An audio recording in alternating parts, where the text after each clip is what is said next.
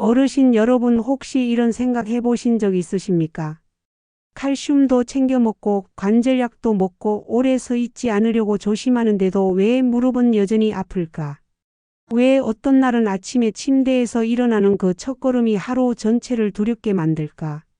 왜 병원에서는 큰 이상이 없다고 하는데 내 몸은 분명히 불편하고 계단 하나 내려가는 일조차 겁이 날까? 오늘 제가 먼저 결론부터 말씀드리겠습니다.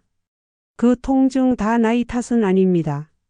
그리고 더 중요한 건 여러분이 지금까지 열심히 챙겨온 것들이 틀린 것이 아니라는 점입니다. 문제는 부족한 것이 아니라 빠져있는 고리가 있다는 것입니다. 바닥에 작은 구멍이 난 양동이에 계속 물만 붓고 있으면 아무리 좋은 물을 들이부어도 금방 비어버리듯이 우리 몸도 연골을 지키는 전체 흐름이 맞아떨어지지 않으면 칼슘 하나, 약 하나, 건강식품 하나만으로는 분명한 변화를 만들기 어렵습니다. 며칠 전 제가 올린 뼈와 관절 건강 영상에 정말 놀랄 만큼 많은 반응이 달렸습니다. 불과 며칠 사이에 수천 개의 댓글이 이어졌고 저는 밤늦게까지 하나하나 직접 읽었습니다. 어떤 분은 이렇게 남기셨습니다. 선생님, 이 영상을 보고 바로 대구에 계신 어머니께 전화드렸습니다. 어머니는 올해 82살이신데 관절이 아픈 건 나이가 들면 당연한 일이라고만 말씀하셨습니다. 또 어떤 분은 이렇게 써주셨습니다. 딱 일주일만 알려주신 대로 실천해 봤는데 아침에 일어날 때 훨씬 덜 아팠습니다. 저는 이 통증을 평생 안고 살아야 하는 줄만 알았습니다. 저는 그 댓글들을 다 읽고 한참 동안 조용히 앉아 있었습니다. 자랑스러워서가 아니었습니다. 오히려 마음이 무거웠습니다. 너무 오랫동안 조용히 견디며 살아오신 분들이 떠올랐기 때문입니다. 아픈데도 참고 불편한데도 참고 원래 나이 들면 다 그런 거라고 스스로를 타이르며 버텨오신 분들 말입니다. 사실은 바꿀 수 있는 부분이 있었는데도 누구도 그것을 차분하고 분명하게 설명해 주지 않아서 그냥 운명처럼 받아들이고 살아오신 분들이 떠올랐습니다. 그리고 바로 그 댓글들 때문에 오늘 이 영상을 만들게 됐습니다.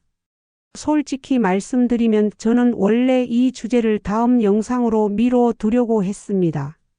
하지만 댓글을 읽고 나서 생각이 바뀌었습니다. 더는 기다리면 안 되겠다는 생각이 들었습니다. 많은 분들이 칼슘을 챙겨야 한다는 것도 알고 계십니다.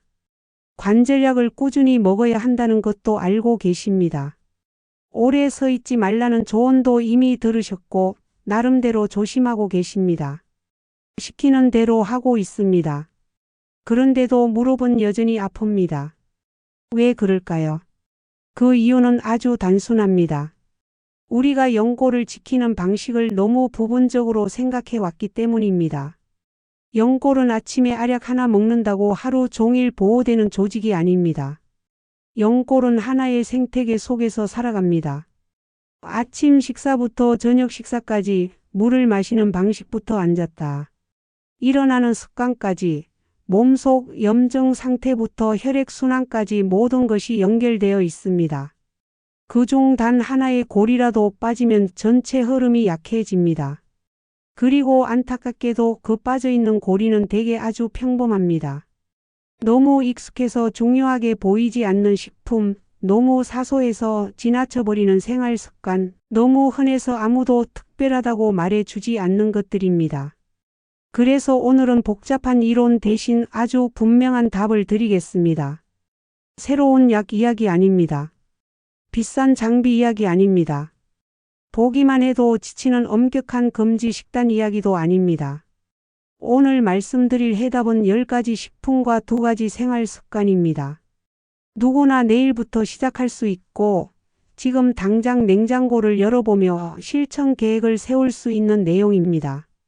게다가 많은 것들이 이미 우리 식탁에 올라오고 있는 것들입니다. 사람들이 잡채를 볶을 때 자주 넣는 선명한 붉은 채소 하나가 있습니다. 그런데 그 채소의 연골을 만드는데 꼭 필요한 비타민이 오렌지보다 더 많이 들어있다는 사실은 잘 알려져 있지 않습니다. 또 어느 부엌에나 있는 아주 작은 검은 향신료 하나가 있습니다. 이것을 올바르게 쓰면 다른 재료의 작용을 몇 배로 키워줄 수 있습니다.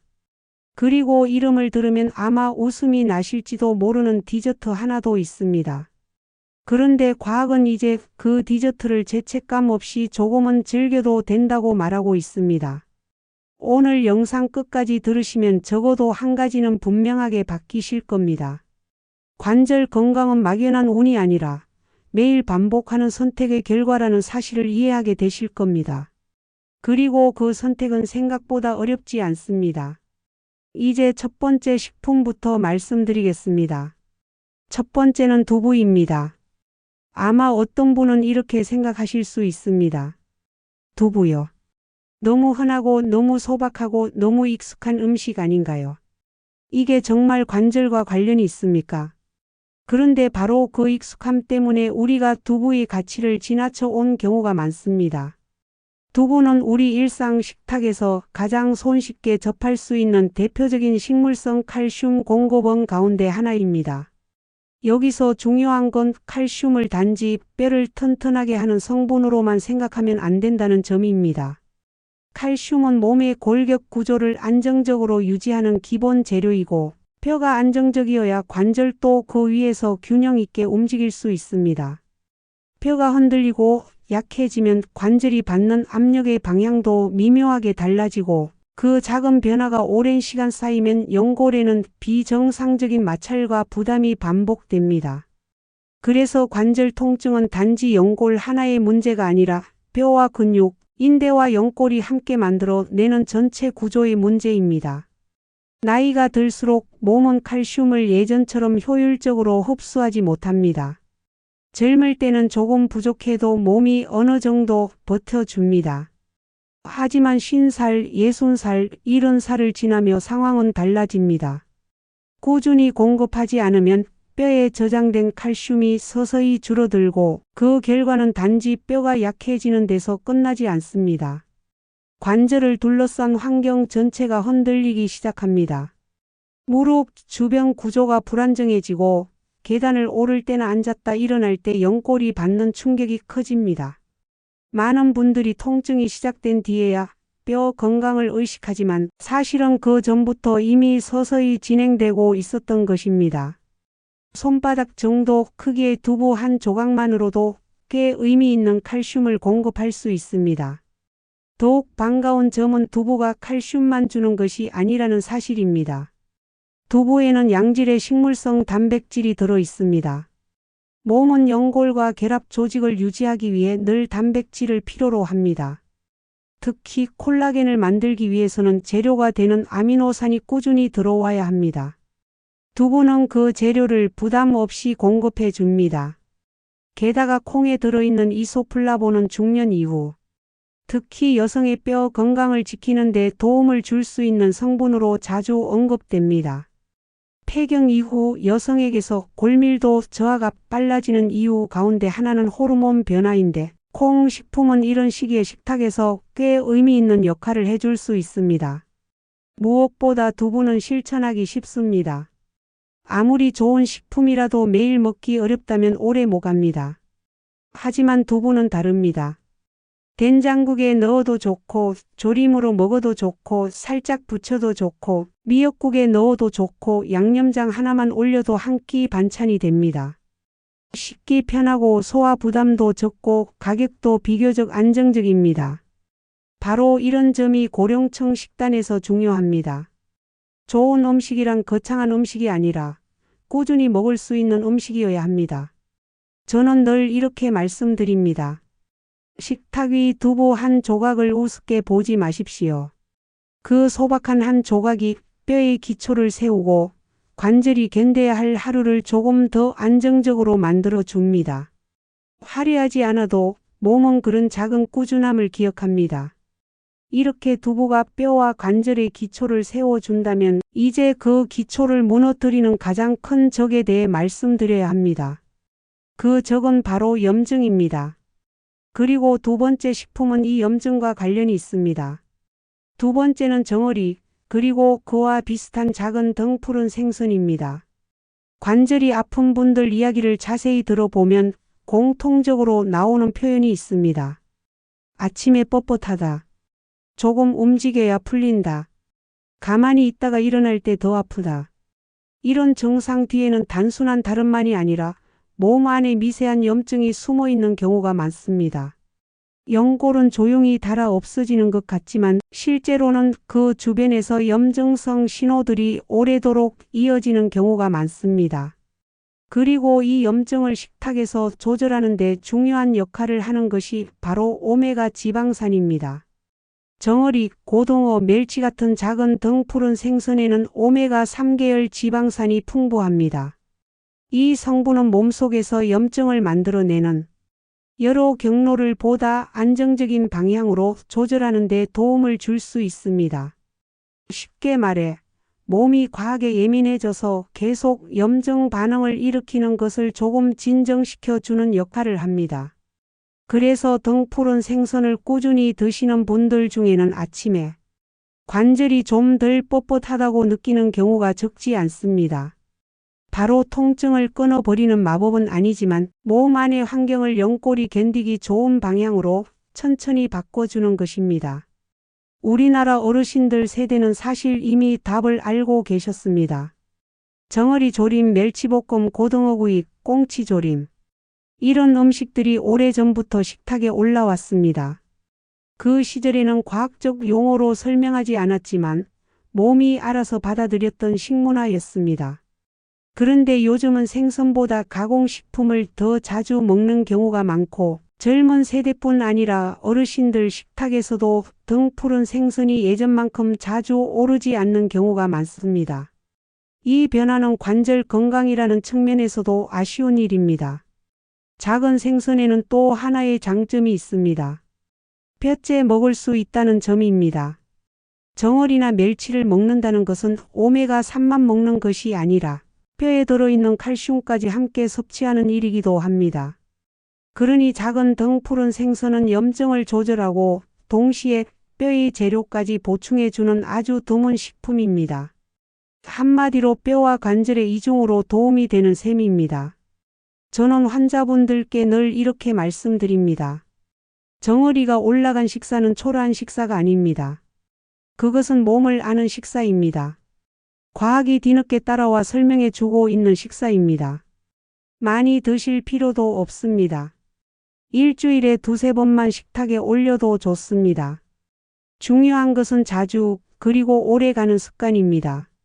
몸은 한 번의 보약보다 오래 반복한 식탁을 더 크게 기억합니다. 이제 여기서 한 걸음 더 들어가 보겠습니다. 염증을 줄이는 성분이 들어있는 식품을 먹는 것도 중요하지만 그 성분이 몸 안에서 제대로 흡수되고 활용되는가 역시 매우 중요합니다. 좋은 것을 먹어도 몸이 제대로 쓰지 못하면 효과는 기대보다 약해질 수밖에 없습니다. 그래서 세 번째 식품이 등장합니다. 세 번째는 강황, 그리고 그것과 함께 먹어야 할 검은 후추입니다. 강황 이야기는 많이 들어보셨을 겁니다. 노란빛이 도는 그 향신료에는 커큐민이라는 성분이 들어있는데 이 커큐민이 염증을 줄이는 데 도움이 될 수 있다는 이야기가 널리 알려져 있습니다. 그래서 어떤 분들은 강황차를 드시고 어떤 분들은 카레를 자주 드시고 또 어떤 분들은 강황가루를 따뜻한 물에 타서 마시기도 합니다. 그런데 여기서 아주 중요한 사실 하나를 꼭 기억하셔야 합니다. 강황이 좋다는 말만 듣고 그냥 드시면 기대만큼 체감이 오지 않을 수 있다는 점입니다. 왜냐하면 커큐민은 몸에 흡수되기 어려운 성질이 있기 때문입니다. 먹는다고 다 쓰는 것이 아닙니다. 몸속으로 들어가 실제로 활용되는 양은 생각보다 적습니다. 그래서 많은 분들이 강황을 한동안 먹다가 별 차이를 못 느끼고 그만두기도 합니다. 그런데 바로 여기서 검은 후추가 결정적인 역할을 합니다. 검은 후추에 들어있는 피페린이라는 성분이 커큐민의 흡수율을 크게 높여줄 수 있기 때문입니다. 이 조합이 중요한 이유는 단순합니다. 연골을 지키려면 염증을 줄이는 것이 필수인데 염증을 줄이는 성분이 몸에 들어와야만 작동할 수 있기 때문입니다. 좋은 성분을 먹고도 흡수가 잘 안 되면 마치 택배를 보냈는데 목적지까지 도착하지 못하는 것과 같습니다. 반면 강황과 검은 후추를 함께 쓰면 몸은 그 성분을 조금 더 효율적으로 받아들이게 됩니다. 그래서 전통적으로도 강황을 쓰는 문화권에서는 후추를 함께 쓰는 경우가 많았습니다. 우연히 맛 때문에만 그렇게 해온 것이 아니라 오랜 경험 속에서 축적된 지혜가 있었던 것입니다. 이 조합을 일상에서 실천하는 방법은 어렵지 않습니다. 강황차를 드실 때 검은 후추를 아주 소량만 함께 넣어도 됩니다. 카레를 만들 때도 좋고 강황가루를 국이나 볶음 요리에 활용할 때도 됩니다. 중요한 것은 많이 넣는 것이 아니라 함께 넣는 것입니다. 향이 너무 강하면 부담스러우니 아주 작은 꼬집이면 충분합니다. 그리고 검은 후추 자체도 소화와 순환에 어느 정도 긍정적인 역할을 할 수 있어서 전체적으로 몸이 영양소를 다루는 흐름을 돕는 면이 있습니다. 여기서 꼭 기억하실 점이 있습니다. 관절은 보호받기만 해서는 안 됩니다. 보호받으면서 동시에 재생되어야 합니다. 그런데 재생은 재료가 있어야 됩니다. 연골은 그냥 저절로 솟아나는 것이 아니라 몸이 매일 필요한 재료를 받아서 다시 만들어내는 것입니다. 그리고 그 재료를 만드는데 절대 빠질 수 없는 것이 바로 다음 식품과 연결됩니다. 네 번째는 빨간 파프리카입니다. 많은 분들이 빨간 파프리카를 그저 색이 예쁜 채소 정도로 생각하십니다. 잡채에 넣으면 보기 좋고 샐러드에 넣으면 화사해 보이고 식감이 아삭한 채소. 그 정도로만 생각하시는 경우가 많습니다. 그런데 빨간 파프리카는 관절 건강이라는 관점에서 보면 결코 평범한 채소가 아닙니다. 연골을 이루는 중요한 구조 성분 가운데 하나가 콜라겐입니다. 이 콜라겐이 제대로 만들어지려면 몸은 비타민C를 충분히 필요로 합니다. 비타민C가 부족하면 몸은 콜라겐을 만들 재료가 있어도 그것을 안정적으로 엮어내는 과정이 약해집니다. 쉽게 말해 벽돌은 있어도 그것을 단단히 묶어줄 시멘트가 부족한 것과 비슷합니다. 그래서 비타민C는 단순히 감기 예방에만 관련된 영양소가 아니라 연골과 인대, 혈관과 피부처럼 결합 조직을 유지하는 데 꼭 필요한 성분입니다. 빨간 파프리카는 이런 비타민C를 아주 풍부하게 담고 있습니다. 많은 분들이 비타민C 하면 오렌지를 떠올리지만 빨간 파프리카는 생각보다 훨씬 효율적인 선택이 될 수 있습니다. 게다가 파프리카의 붉은색을 만드는 여러 항산화 성분도 함께 들어있어서 몸 안에서 연골을 공격하는 산화 스트레스까지 줄이는 데 도움을 줄 수 있습니다. 즉 하나는 콜라겐 합성을 돕고 다른 하나는 만들어진 연골이 덜 손상되도록 지켜주는 셈입니다. 실천 방법도 간단합니다. 빨간 파프리카는 생으로 먹어도 좋고 너무 오래 익히지 않고 가볍게 볶아 먹어도 좋습니다. 비타민C는 열에 약한 편이기 때문에 살짝만 익히거나 생으로 곁들이면 더 유리합니다. 점심 반찬에 조금 넣어도 되고 샐러드처럼 드셔도 되고 된장 찍어 드셔도 됩니다. 양을 많이 먹어야 하는 것도 아닙니다. 하루 한 끼에 반 개 정도만 곁들여도 충분히 의미가 있습니다. 색이 예쁜 채소가 몸에도 좋은 경우가 많습니다. 빨간 파프리카가 딱 그런 경우입니다. 눈으로 보기에는 단순한 반찬인데 몸속에서는 연골을 만드는 일꾼들을 도와주고 있는 셈입니다. 그런데 여기서 많은 분들이 한 가지 궁금해 하십니다. 그렇다면 콜라겐을 그냥 직접 먹는 것이 더 낫지 않습니까? 재료를 만드는 과정을 기다리지 말고 바로 보충해 주면 더 빠르지 않습니까? 그 질문에 연결되는 것이 바로 다섯 번째입니다. 다섯 번째는 저분자 콜라겐입니다. 먼저 분명히 말씀드리겠습니다. 저분자 콜라겐은 만병통치약이 아닙니다. 관절염이 심하게 진행된 분에게 치료제를 대신할 수도 없습니다. 하지만 그것이 무가치하다는 뜻은 아닙니다. 중요한 것은 어디에 기대를 걸어야 하는지 정확히 아는 것입니다. 몸은 나이가 들수록 콜라겐을 예전처럼 활발하게 만들지 못합니다. 피부만 그런 것이 아닙니다. 연골도 마찬가지입니다. 연골은 늘 조금씩 닳고 몸은 늘 조금씩 수리합니다. 젊을 때는 수리 속도가 닳는 속도를 따라가지만 나이가 들면 수리 속도가 늦어집니다. 그 차이가 커질수록 통증과 뻣뻣함이 나타나기 시작합니다. 이때 저분자 콜라겐은 몸에 비교적 흡수되기 쉬운 형태로 콜라겐 펩타이드를 공급해 주어 몸이 연골과 결합 조직을 관리하는 데 도움을 줄 수 있습니다. 여기서 핵심은 형태입니다. 분자가 너무 크면 몸이 다루기 어렵습니다. 그래서 잘게 나뉜 형태, 즉 저분자 형태가 더 주목받는 것입니다. 또한 콜라겐은 혼자 일하지 않습니다. 비타민C가 함께 있어야 몸이 그것을 더 잘 활용할 수 있습니다. 그래서 빨간 파프리카나 과일과 함께 섭취하면 좋다는 이야기가 나오는 것입니다. 아침에 따뜻한 물이나 차에 타서 드시고 식단에서 비타민C 공급을 함께 챙기면 훨씬 균형이 좋아집니다. 다만 꼭 기억하셔야 합니다. 건강기능식품은 기본 식사를 대체할 수 없습니다. 밥은 부실한데 콜라겐만 드신다고 해서 몸이 좋아지지 않습니다. 두부, 생선, 채소, 물, 단백질, 움직임이 모두 뒷받침될 때 그런 보충제도 제 역할을 합니다. 즉, 저분자 콜라겐은 기초를 대신하는 주인공이 아니라 전체 구조를 보완하는 조연이라고 이해하시면 좋습니다. 그렇게 보면 실망도 줄고 효과도 더 정확히 보실 수 있습니다. 이제 우리는 연골을 만들 재료까지 어느 정도 갖췄습니다.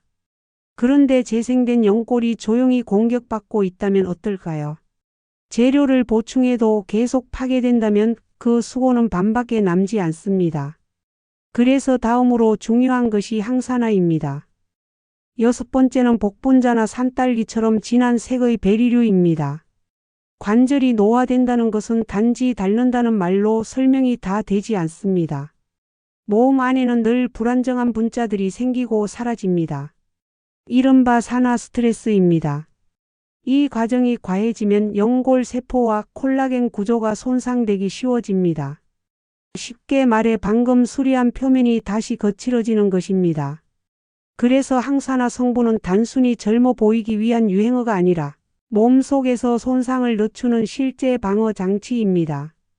복분자나 검은 산딸기, 블루베리처럼 붉거나 보랏빛이 진한 열매에는 안토시아닌 같은 항산화 성분이 풍부합니다.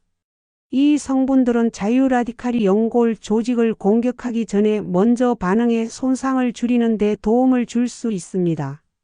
또 일부는 콜라겐을 분해하는 효소의 과도한 작용을 억제하는 방향으로도 연구되어 왔습니다. 즉 만들어진 구조가 오래 버티도록 돕는 것입니다. 특히 복분자는 우리에게 낯선 식품이 아닙니다. 오래전부터 익숙한 이름입니다. 다만 많은 분들이 술로 된 형태를 먼저 떠올리십니다. 그런데 관절 건강의 관점에서는 알코올이 함께 들어간 형태보다는 생과일, 냉동 과일, 말린 형태, 혹은 당이 과하지 않은 형태로 섭취하는 것이 더 좋습니다. 술은 간과 수면, 염증 조절에 다른 부담을 줄 수 있기 때문입니다. 그러니 복분자의 장점을 얻고 싶다면 술보다 열매 자체에 가까운 형태를 선택하시는 것이 낫습니다. 양은 많을 필요 없습니다. 하루 작은 한 줌이면 충분합니다. 중요한 것은 특정 과일 하나를 신처럼 떠받드는 것이 아니라 이런 진한 색의 항산화 식품을 자주 식탁에 올리는 습관을 만드는 것입니다. 우리 몸은 매일 조금씩 상처받습니다. 그래서 매일 조금씩 지켜주는 습관이 필요합니다. 자, 여기까지 들으신 분들은 아마 느끼실 겁니다. 칼슘과 단백질, 항염식품, 비타민C, 콜라겐, 항산화까지 나왔습니다. 그런데도 몸이 그것들을 제대로 써서 연골을 회복하려면 아주 작은 미네랄 하나가 더 필요합니다. 바로 세포의 재생과 회복을 돕는 미량 원소입니다. 그래서 7번째 식품이 이어집니다. 7번째는 렌틸콩입니다.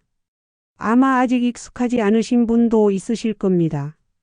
렌틸콩은 예전 어르신들 식탁에서 흔했던 재료는 아니지만 요즘 건강식품 코너나 잡곡 코너에서 점점 더 자주 보이는 콩입니다. 그런데 이 콩이 관절 건강을 생각할 때 생각보다 꽤 매력적인 이유가 있습니다. 첫째는 아연입니다. 아연은 몸이 많이 필요로 하지는 않지만 세포가 손상된 부분을 복구하고 재생하는 데 중요한 역할을 하는 미네랄입니다. 몸속 여러 효소가 제대로 작동하려면 아연이 필요하고 그 과정에는 콜라겐 합성과 조직 회복도 포함됩니다. 아연이 부족하면 몸은 재료가 있어도 그것을 원활하게 써내지 못합니다. 즉 공사 현장에 벽돌과 시멘트는 있는데 정작 일하는 인부가 부족한 것과 비슷합니다. 둘째는 식이섬유입니다. 처음 들으면 관절과 무슨 상관이냐고 생각하실 수 있습니다. 그런데 요즘은 장 건강과 염증의 관계를 중요하게 봅니다. 장이 건강해야 면역 반응이 과하게 흔들리지 않고 전신 염증도 더 안정적으로 관리될 수 있습니다. 장내 환경이 나빠지면 몸은 더 예민해지고 그 영향은 피부나 혈당뿐 아니라 관절에도 이어질 수 있습니다. 렌틸콩의 식이섬유는 장내 유익균의 먹이가 되어 이런 흐름을 돕는 역할을 할 수 있습니다. 셋째는 단백질입니다. 고기 섭취가 줄어드는 분들에게 렌틸콩은 부담 적은 식물성 단백질원이 될 수 있습니다. 쌀밥에 조금 섞어 밥을 지으면 맛이 크게 튀지 않으면서도 식사의 질이 높아집니다. 아주 특별한 요리를 할 필요도 없습니다. 잡곡밥에 검은 콩 넣듯이 한 줌 섞어 밥하면 됩니다. 이처럼 실천이 쉬운 것이 중요합니다. 새로운 식품을 식단에 넣는 일은 때로 거부감이 듭니다. 하지만 건강은 늘 그런 작은 낯설음을 받아들일 때 넓어집니다. 렌틸콩 한 줌은 거창한 변화가 아닙니다. 그저 밥솥 안에서 조용히 몸의 회복을 돕는 선택입니다. 이제 다음 이야기는 많은 어르신들께 오히려 아주 익숙할 수 있습니다. 옛날에는 이런 음식을 몸보신이라고만 생각했지 왜 좋은지 과학적으로 설명하지는 않았습니다. 그런데 이제는 그 이유를 조금씩 알게 되었습니다. 8번째는 오래 고아낸 뼈 육수, 힘줄 국물, 즉 자연 젤라틴이 들어있는 음식입니다. 설렁탕, 도가니탕, 사골국, 오래 끓인 소뼈 육수, 푹 삶은 힘줄 요리. 어르신들 가운데 이런 음식 드시고 몸이 좀 든든해지는 느낌 받으셨던 분들 많으실 겁니다. 예전에는 그저 기운나는 음식이라고 생각했지만 지금은 왜 그런 느낌이 들었는지 어느 정도 설명할 수 있습니다. 동물의 뼈와 가죽, 힘줄을 오래 끓이면 그 안에 있던 콜라겐이 젤라틴 형태로 풀어져 나옵니다. 이 젤라틴은 몸이 결합 조직을 관리하는 데 활용할 수 있는 여러 아미노산을 공급합니다. 그 중에서도 글라이신과 프롤린 같은 성분은 콜라겐 구조와 관련이 깊습니다.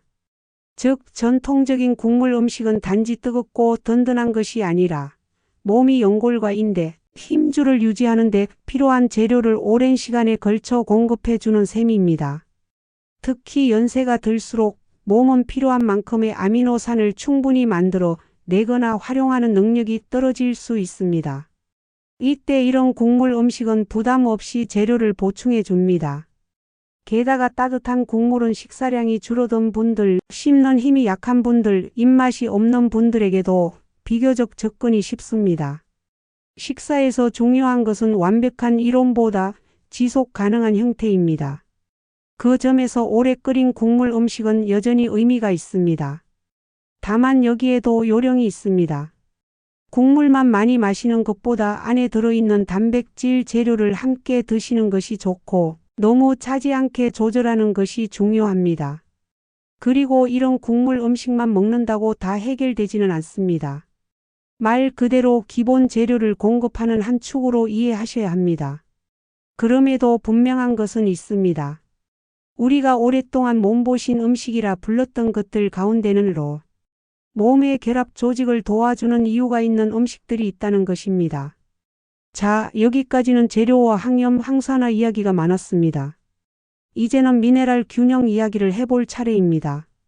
아무리 칼슘을 챙겨도 몸이 그 칼슘을 제대로 다루지 못하면 기대했던 변화가 늦어질 수 있습니다. 그 열쇠 가운데 하나가 바로 마그네슘입니다. 9번째는 건대, 그리고 시금치 같은 진한 잎채소입니다. 마그네슘은 조금 조용한 미네랄입니다. 칼슘처럼 유명하지 않고 비타민 C처럼 잘 알려져 있지도 않습니다. 하지만 몸은 마그네슘이 부족하면 금방 티를 냅니다. 밤에 종아리에 쥐가 나기도 하고 근육이 잘 풀리지 않기도 하고 이유 없이 뻣뻣한 느낌이 들기도 합니다. 이런 증상들은 단지 피곤해서가 아니라 미네랄 균형과도 관련이 있을 수 있습니다. 마그네슘이 중요한 이유는 여러 가지입니다. 단백질 합성에 관여하고 칼슘의 움직임을 조절하고 근육이 수축하고 이완하는 리듬을 안정시키는 데 도움을 줍니다. 즉 관절 주변 근육이 너무 굳지 않고 부드럽게 움직이도록 돕는 것입니다. 관절은 혼자 일하지 않습니다. 주변 근육이 균형 있게 힘을 나누어 가져야 연골에 가해지는 압력도 고르게 분산됩니다. 반대로 근육이 뻣뻣하고 긴장된 상태가 계속되면 관절은 더 큰 부담을 받습니다. 건대나 시금치 같은 진한 잎 채소는 바로 이런 마그네슘을 비교적 풍부하게 담고 있습니다. 게다가 비타민 K와 여러 항산화 성분도 함께 들어있어 뼈와 조직 건강을 다각도로 도와줍니다. 우리 식탁에서 시금치는 이미 매우 익숙합니다. 나물로 무쳐도 좋고 된장국에 넣어도 좋고 볶아도 좋습니다. 건대는 조금 덜 익숙할 수 있지만 참기름과 마늘로 가볍게 볶으면 충분히 맛있게 드실 수 있습니다. 여기서 중요한 것은 연한 채소를 많이 먹는다고 다 같은 효과가 있는 것은 아니라는 점입니다. 채소도 색이 진하고 미네랄이 풍부한 것들이 있습니다. 그래서 저는 어르신들께 늘 말씀드립니다. 반찬 접시에 초록색이 올라온다고 다 같은 초록색이 아닙니다. 진한 잎 채소를 매일 조금씩이라도 드셔야 몸이 필요한 미네랄을 안정적으로 공급받을 수 있습니다. 그리고 이제 마지막 식품입니다. 아마 많은 분들이 가장 의외라고 느끼실지도 모르겠습니다. 하지만 저는 오히려 이 식품을 말씀드릴 때 마음이 조금 가벼워집니다. 왜냐하면 건강 이야기가 늘 금지와 참음만이어서는 오래 못 가기 때문입니다. 건강도 기쁨이 있어야 오래 갑니다. 10번째는 카카오 함량이 높은 다크 초콜릿입니다. 먼저 오해부터 풀겠습니다. 아무 초콜릿이나 되는 것이 아닙니다. 설탕이 많은 달콤한 초콜릿을 마음껏 드시라는 뜻이 아닙니다. 핵심은 카카오 함량이 높은 다크 초콜릿 그리고 양입니다. 아주 작은 조각, 적당한 양이어야 합니다. 왜 다크 초콜릿이 관절 건강 이야기 속에 들어오느냐? 첫째는 마그네슘입니다. 다크 초콜릿은 생각보다 괜찮은 마그네슘 공급원이 될 수 있습니다. 둘째는 플라바놀 같은 항산화 성분입니다. 이 성분들은 혈액순환과 전신 염증 조절 측면에서 긍정적인 방향으로 연구되어 왔습니다. 관절 연골 자체에는 혈관이 거의 없지만 주변 조직과 관절에게 흐름이 좋아야 영양 공급과 노폐물 배출이 원활합니다. 즉 순환이 좋아진다는 것은 관절 주변 환경에도 유리한 조건이 된다는 뜻입니다. 게다가 다크 초콜릿은 심리적인 의미도 있습니다. 건강 관리가 너무 고행처럼 느껴지면 사람은 오래 못 갑니다. 반면 식후에 작은 조각 하나를 천천히 즐기며 오늘도 몸을 잘 돌봤다는 느낌을 갖게 되면 그 습관은 생각보다 오래 갑니다. 저는 그것도 건강의 일부라고 생각합니다. 즐거움 없이 하는 관리보다 작은 만족이 있는 관리가 훨씬 오래 갑니다. 물론 다시 한번 강조합니다. 핵심은 적당한 양입니다. 많이 먹으면 당분과 열량 부담이 커집니다. 그러니 식후에 아주 작은 조각 한두 개 정도면 충분합니다. 그리고 반드시 카카오 함량이 높은 제품인지 확인하셔야 합니다. 달콤한 간식으로 먹는 초콜릿과는 개념이 다릅니다. 자, 여기까지가 오늘 말씀드린 10가지 식품입니다. 두부, 작은 등푸른 생선, 강황과 검은 후추, 빨간 파프리카, 저분자, 콜라겐 복분자나 진한 베리류, 렌틸콩, 오래 고아낸 국물, 음식, 건대와 시금치 같은 잎채소, 그리고 다크 초콜릿. 그런데 여기서 끝나면 절반밖에 말씀드린 것이 아닙니다. 왜냐하면 연골은 먹는 것만으로는 완성되지 않기 때문입니다. 관절은 살아있는 조직입니다. 움직임과 순환, 수분과 체중의 영향을 매일 받습니다. 그래서 마지막으로 꼭 필요한 2가지 생활 습관을 말씀드리겠습니다. 이 2가지는 생각보다 훨씬 중요합니다. 첫 번째 생활 습관은 물을 제대로 마시는 것입니다. 어르신 여러분, 무릎 연골은 우리가 생각하는 것보다 훨씬 더 물에 의존합니다. 연골은 뼈처럼 혈관이 풍부한 조직이 아닙니다. 그래서 스스로 직접 밥을 먹는 방식이 다릅니다. 관절이 움직일 때 눌렸다가 다시 펴지면서 마치 스펀지처럼 관절액 속 영양을 빨아들이고 노폐물을 밀어냅니다. 그 과정에서 가장 중요한 바탕이 되는 것이 수분입니다. 물이 부족하면 어떻게 될까요? 관절액의 상태가 나빠지고 연골은 필요한 영양을 받는 효율이 떨어집니다. 표면은 덜 유연해지고 충격을 흡수하는 능력도 조금씩 약해집니다. 그러면 평소에는 아무렇지 않던 움직임도 점점 무겁고 거칠게 느껴질 수 있습니다. 처음에는 아침에 뻣뻣함으로 시작할 수 있습니다. 그 다음에는 계단을 오를 때 묵직한 느낌이 생길 수 있고 결국은 하루 전체가 피곤해지는 식으로 이어질 수 있습니다. 많은 분들이 갈증을 느낄 때만 물을 드십니다. 그런데 갈증은 이미 몸이 부족하다는 신호를 보내고 있다는 뜻입니다. 그러니 목마르기 전에 조금씩 나누어 마시는 습관이 필요합니다. 한 번에 벌컥 많이 마시는 것보다 아침에 1컵, 오전에 1컵, 점심 전후로 나누어 1컵, 오후에 1컵, 저녁에 물이 없게 1컵 이런 식으로 생활 속에 흩어놓는 것이 훨씬 좋습니다. 커피나 달콤한 음료로 대신하지 마시고 기본은 물이어야 합니다. 국물과 차도 일부 도움은 되지만 가장 단순하고 확실한 것은 물입니다. 저는 이런 말씀을 드리고 싶습니다. 관절이 매일 받아야 하는 가장 기본적인 선물은 비싼 것이 아닙니다. 맑은 물입니다. 너무 단순해서 놓치기 쉽지만 몸은 그런 기본에서 가장 크게 달라집니다. 2번째 생활 습관은 체중과 움직임을 함께 관리하는 것입니다. 관절 통증을 이야기할 때 많은 분들이 운동을 겁내십니다.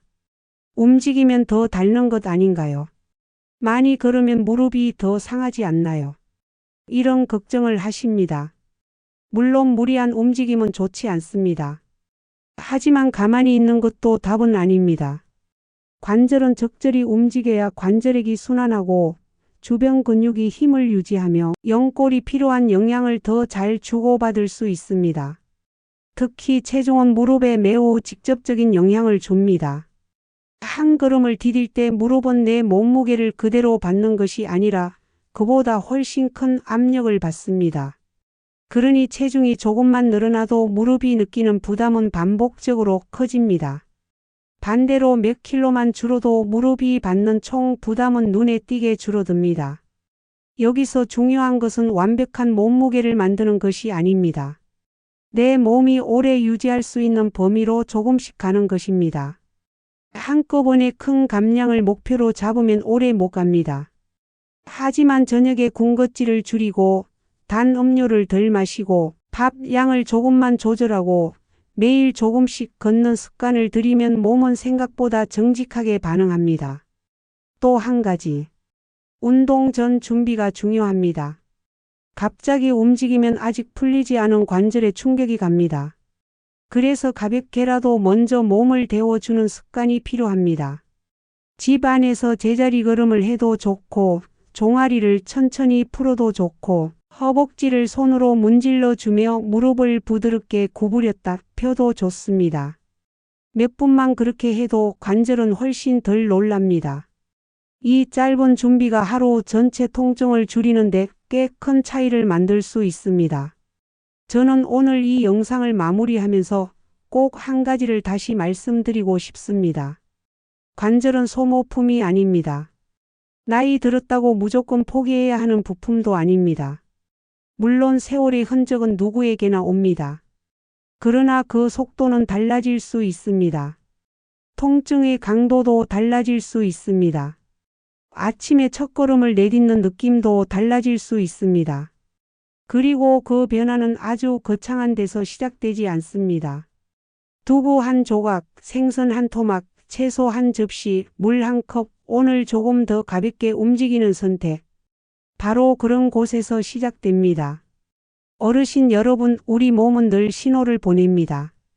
아프면 쉬라는 신호만 보내는 것이 아닙니다. 돌봐달라는 신호도 보냅니다. 지금 필요한 영양을 달라는 신호, 순환을 살려달라는 신호, 너무 늦기 전에 생활을 조금만 바꿔달라는 신호를 계속 보내고 있습니다. 문제는 우리가 그 신호를 너무 오래 당연하게 여겨왔다는 것입니다. 무릎이 아프면 나이 탓, 관절이 뻣뻣하면 날씨 탓, 앉았다 일어나기 힘들면 세월 탓. 그렇게 말해버리면 편할 수는 있습니다. 하지만 몸을 바꿀 기회도 함께 놓치게 됩니다. 오늘부터는 그렇게 생각하지 않으셨으면 좋겠습니다. 나는 늙어서 아픈 사람이 아니라 내 몸이 무엇을 더 필요로 하는지 이제부터 제대로 알아가는 사람이다. 이렇게 생각해 보셨으면 좋겠습니다. 그 순간부터 건강은 체념이 아니라 관리가 됩니다.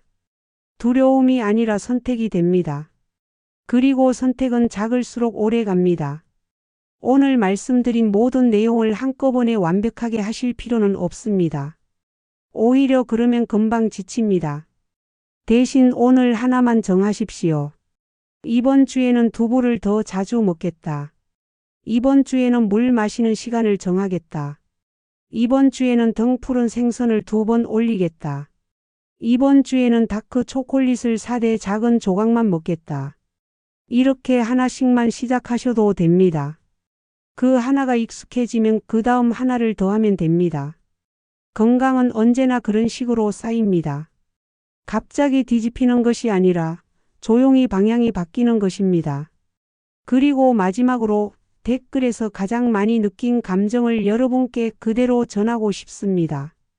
혼자 참지 마십시오. 무릎이 아프고 관절이 힘들다면 그냥 나이 탓이라고 넘기지 마십시오. 가족과 이야기하시고 생활을 점검하시고 식단을 돌아보시고 필요하면 전문가와 상담하십시오. 참는 것이 강한 것이 아닙니다. 몸의 신호를 알아차리고 돌보는 것이 진짜 강한 것입니다. 오늘 영상이 조금이라도 도움이 되셨다면 여러분 자신을 위해서라도 이 내용을 한 번 더 떠올려 보십시오. 내 무릎을 위해 오늘 식탁에 무엇을 올릴 것인가? 내 관절을 위해 오늘 물을 얼마나 마실 것인가? 내 몸을 위해 오늘 어떤 움직임을 해줄 것인가? 이 3가지 질문만 매일 마음속에 두셔도 1년 뒤 몸은 지금과 분명히 달라져 있을 수 있습니다. 저는 앞으로도 어르신들께 정말 필요한 건강 이야기를 어렵지 않고 실천할 수 있는 방식으로 계속 전해드리겠습니다. 댓글로 여러분의 연령대와 가장 불편한 관절 부위를 남겨주시면 다음 영상에서 더 현실적으로 다뤄보겠습니다. 무릎이 가장 힘드신지, 허리가 먼저 아프신지, 손가락 관절이 불편하신지, 계단이 힘드신지, 아침 첫걸음이 제일 고통스러운지 말씀해 주십시오. 여러분의 이야기가 다음 영상을 만듭니다. 그리고 누군가에게는 그 영상이 차마 온 세월을 바꾸는 첫걸음이 될 수도 있습니다. 끝까지 함께해 주셔서 진심으로 감사합니다. 오늘도 여러분의 뼈와 관절이 조금 덜 아프고 조금 더 부드럽고 조금 더 오래 여러분을 지탱해 주기를 바랍니다. 여러분과 가족 모두 오래도록 건강하시기를 바라겠습니다.